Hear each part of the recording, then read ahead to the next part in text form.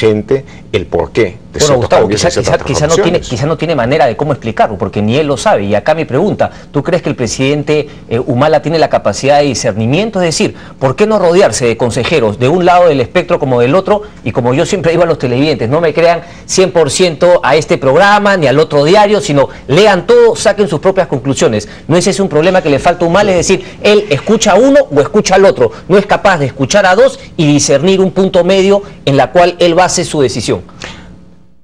Yo no he tenido la oportunidad de conversar con el presidente Humala con el mismo número de veces que Xiomi Lerner, que Sinesio López, que Carlos Tapia, que lo acompañó durante tantos años de programa en programa, y todo eso. De tal manera que eso me resulta difícil responder. Pero en lo poco que he conversado con él y en lo poco que lo he visto, yo encuentro que es una persona inteligente. O sea, no, de repente, con unas cuantas lecturas más no le harían ningún daño, en fin, pero encuentro que es una persona inteligente, con capacidad independiente de razonamiento. De hecho, cuando nosotros en IDL en determinado momento, en un solo día, tuvimos a varios candidatos a la presidencia de la República hablándole a una cantidad muy importante de periodistas llegados de todos los puntos del país, el que a todos les causó la mejor impresión por la manera directa, franca de abordar las cosas fue Ollanta. Y no en vano ha sido elegido presidente. Y debo decir además de que también en las pocas conversaciones que he tenido, su esposa, que tiene un papel importante, Nadine Heredia, me ha parecido una persona muy inteligente y muy preparada. No sé si en el nivel necesario como para llevar la presidencia de la República, pero sí lo suficiente como para saber dónde informarse, a quién escuchar, de dónde recibir la información para ayudar a tomar la decisión más necesaria. De tal suerte que yo no creo que tengamos, ¿te acuerdas de esta película de Peter Sellers basada en la obra Being There, desde el jardín, ¿no es cierto?, en la que una persona con capacidades mentales limitadísima, pero que sabe decir 2 o 3 cosas, se llevó hasta la presidencia de Estados Unidos? Ese no es el caso. Ese no es el caso. Lo que sí creo es que hay un momento en que una persona que no se la creyó que era presidente hasta el momento que estuvo sentado ahí y luego se da cuenta de la enormidad de los problemas que tiene, entonces es como la persona que va a su primera lección de manejo. Correcto. A su primera lección de manejo y de repente lo pone en la vía expresa. Tal cual. Decimos aquí, el presidente Humala debería sincerar, ¿no?, esa posición que tuvo durante la campaña y con lo que ahora está haciendo. Pero sin embargo también sería válido preguntarnos por qué lo tendría que hacer si con estos cambios suben las encuestas. Pero un presidente democrático, que yo sepa, no trabaja para las encuestadoras, ¿o sí? O estamos entrando al momento en el que las cosas que salgan en las encuestas son las que definen lo que haga, de la misma manera en que el rating define la calidad de la basura televisiva que vemos todos los días. ¿Pragmático? Se le podría decir, se le utiliza pragmático, como tal pragmático le podrían aconsejar, no tienes que explicar nada si estamos subiendo en las encuestas. Ese es un pragmatismo, digamos, negativo, pero digo, lo podría pensar el presidente y no explicar nada. Claro, eso lo pensó Fujimori todo el tiempo, mira dónde está ahora. Ahí estamos en el punto. Mira dónde está ahora. Ahí estamos llegando a Entonces, no. No deberían ser un presidente, por supuesto, las encuestas son un instrumento, una herramienta más para ver cuáles son los resultados inmediatos de tal o cual política y deben ser vistos con mucho cuidado, ¿no es cierto? Porque no son lentes perfectos y muchas veces son lentes de feria. Son espejos de feria. Pero sirven para eso. La cuestión fundamental es tener una relación frecuente, seria, honesta con la población e indicar, él ha recibido el mandato de la gente para llevar a cabo el mejor gobierno posible. Y dentro de eso, de explicar a la gente cómo está llevando a cabo ese mandato. Entonces, eso sería en el caso del presidente democrático, como tú has dicho. Un presidente democrático no debería gobernar para las encuestas. ¿Tú tienes la seguridad de que el presidente Humala es un presidente democrático? El presidente Humala dio un juramento solemne de respetar, defender, propender, robustecer la democracia en el Perú y cada uno de los elementos que la definen y constituyen. Como la lucha anticorrupción, por ejemplo.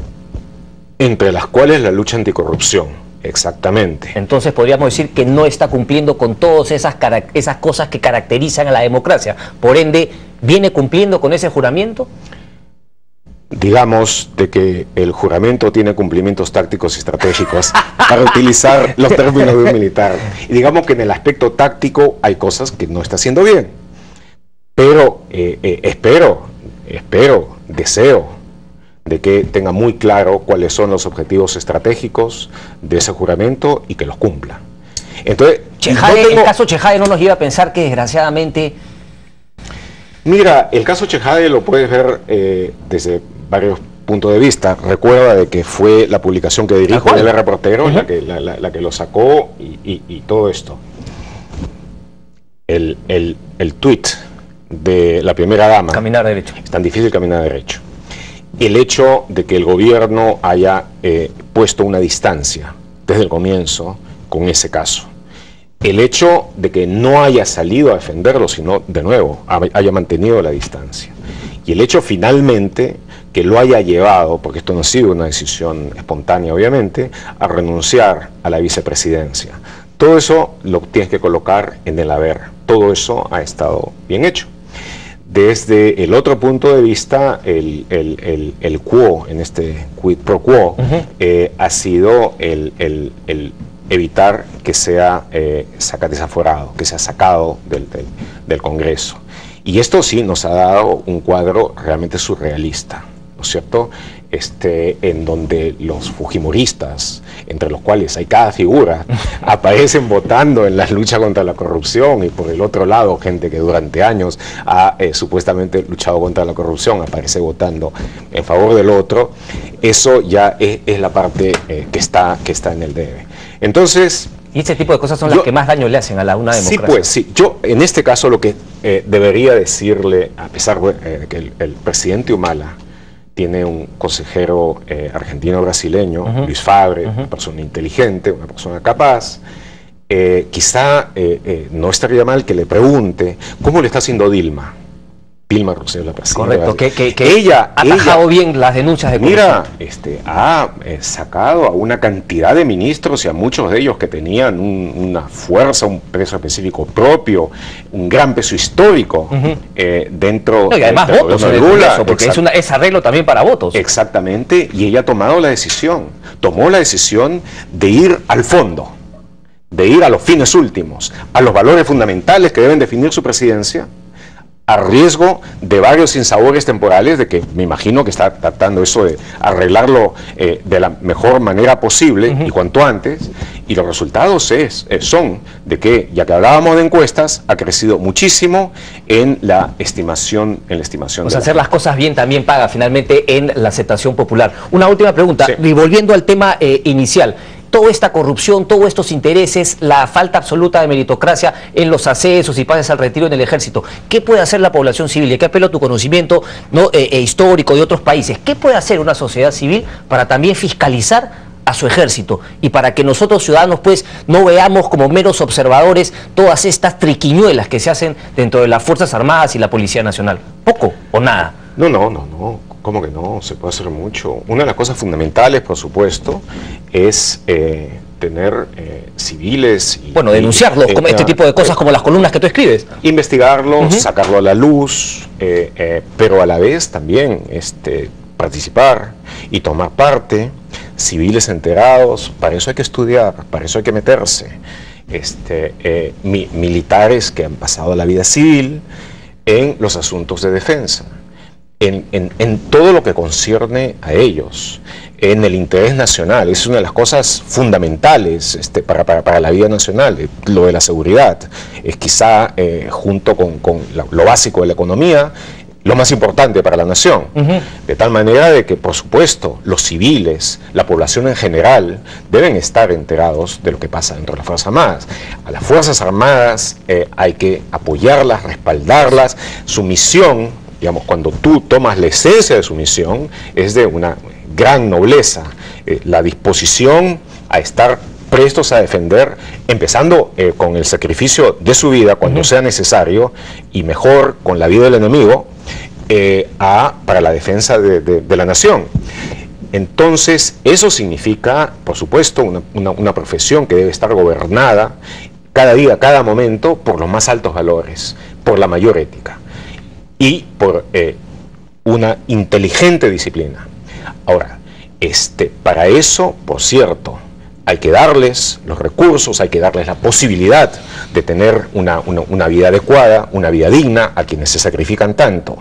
Pero a la vez es necesario saber de que el esfuerzo para darles eso no significa que el 10% se invierte en la misión y el 90% se roba. Eso es, pues después no se pueden quejar cuando son los propios jefes y las propias actitudes las que hacen que gente pues no le dé el respeto al ejército de policía que merece por su naturaleza, pero que algunas personas, algunos generales, como en estos casos, pues hacen que esa imagen no quede deteriorada. Pero tenemos una obligación, lo que quiero decir, o sea, todo el objetivo de sacar estas cosas a la luz, de investigarlas y todo esto, es lograr que los oficiales más honestos, que los más capaces, sean aquellos que lleven el control y que conviertan a la Fuerza Armada en una institución realmente meritocrática. Necesitamos Fuerzas Armadas, dada la naturaleza de nuestro país, su posición, sus necesidades, la naturaleza de los tiempos, necesitamos tener Fuerzas Armadas buenas, Fuerzas Armadas bien equipadas, Fuerzas Armadas capaces de contribuir eficazmente con su misión. Y para eso tienen que ser Fuerzas Armadas limpias de corrupción. Gustavo Gorriti, un placer. Me olvidaba, antes que nos vayamos, me dijiste en la entrevista anterior que para ti Manny Pacquiao era el mejor boxeador del mundo, no kilo por kilo, no sé cómo lo has dicho. ¿Crees que ganó la última pelea o se la robaron al mexicano? No he visto todos los rounds, pero me parece que el otro logró cortarle esa distancia en la que Manny Pacquiao golpea tan rápido y tan bien. No, yo creo que fue un fallo injusto. Yo también. Gustavo, okay, un placer. Vamos a una pausa, regresamos con el final, no se muevan.